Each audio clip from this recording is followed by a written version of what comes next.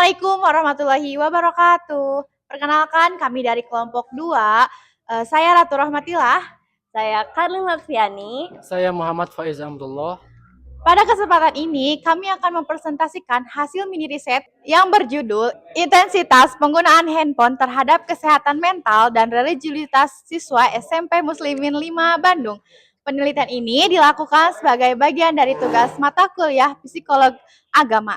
Sekaligus untuk memahami bagaimana teknologi mempengaruhi aspek psikologis dan spiritual siswa. Baik, kita mulai dari latar belakang penelitian yang akan disampaikan oleh Faiz. Baik, untuk latar belakang ini yang pertama, di era digital saat ini, handphone bukan lagi sekedar alat komunikasi saja, tetapi sudah menjadi kebutuhan pokok bagi hampir semua kalangan, termasuk siswa SMP. Nah, penggunaannya yang sangat praktis ini membuat handphone dipakai untuk berbagai keperluan, seperti halnya untuk kehiburan, pembelajaran, media sosial, hingga akses informasi.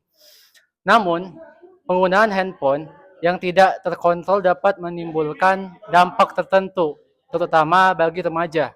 Beberapa dampak yang sering ditemukan antara lain yaitu pertama, munculnya kecemasan jika jauh dari handphone, kemudian kesulitan fokus belajar, kurangnya kualitas tidur, serta potensi menurunnya konsentrasi dalam menjalankan ibadah. Nah, fenomena ini menarik untuk diteliti karena melibatkan dua aspek yang penting dalam perkembangan remaja, yaitu kesehatan mental serta religiusitasnya. Oleh karena itulah penelitian ini mencoba menggambarkan bagaimana intensitas penggunaan handphone dikaitkan dengan dua aspek tersebut. Baik, selanjutnya yaitu ada rumusan masalah, tujuan, dan manfaatnya. Nah, dari latar belakang tersebut, penelitian ini berfokus pada tiga rumusan masalah. Yang pertama, yaitu ada bagaimana tingkat intensitas penggunaan handphone siswa. Yang kedua, ada bagaimana kondisi kesehatan mental dan religius mereka. Dan yang ketiga, ada apakah terdapat hubungan antara intensitas penggunaan handphone, kesehatan mental, dan religiusitas siswa. Penelitian ini juga bertujuan untuk mendeskripsikan ketiga variabel tersebut dan menganalisis kecenderungan hubungan di antara variabel-variabel itu. Nah, selain itu, penelitian ini juga bermanfaat secara teoritis untuk memperkaya kajian tentang teknologi dan perilaku remaja, serta secara praktis bagi sekolah, orang tua, dan siswa dalam mengatur penggunaan handphone yang lebih sehat. Selanjutnya itu kajian teori. Nah, dalam penelitian ini didasarkan pada 3 konsep utama. Yang pertama, intensitas penggunaan handphone yang mencakup durasi penggunaan, frekuensi pembuka handphone, serta keterkaitan emosional terhadap perangkat. Yang kedua, itu kesehatan mental, khususnya gejala seperti kecemasan, stres ringan, gangguan tidur, dan kesulitan konsentrasi. Yang ketiga, yaitu sejauh mana siswa menjalankan ibadah, mengikuti kegiatan keagamaan, dan menjaga nilai-nilai spiritual. Teori-teori yang digunakan antara lain konsep nomophobia, teori perkembangan remaja, dan teori peran teknologi dalam perilaku keagamaan.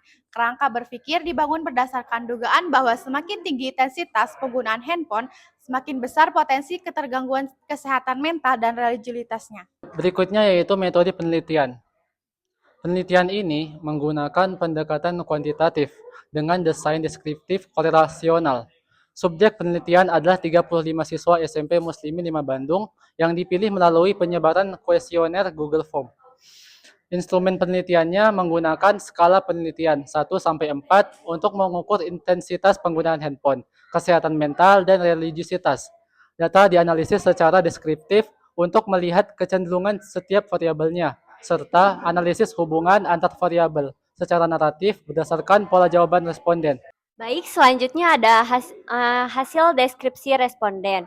Responden penelitian ini terdiri dari 35 siswa dengan komposisi kelas 7, 8, dan kelas 9. Dari hasil kuesioner diperoleh gambaran bahwa siswa mulai memiliki handphone itu pada usia sekitar 10 hingga 11 tahun. Mayoritas responden itu menggunakan handphone setiap hari dengan intensitas tinggi. Komposisi jenis kelamin juga seimbang antara laki-laki dan perempuan, menunjukkan bahwa penggunaan handphone ini bersifat merata di seluruh kelompok siswa. Oke, selanjutnya hasil deskriptif variabel. Berdasarkan hasil analisis, deskripsi intensitas penggunaan handphone berada pada kategori sedang hingga tinggi.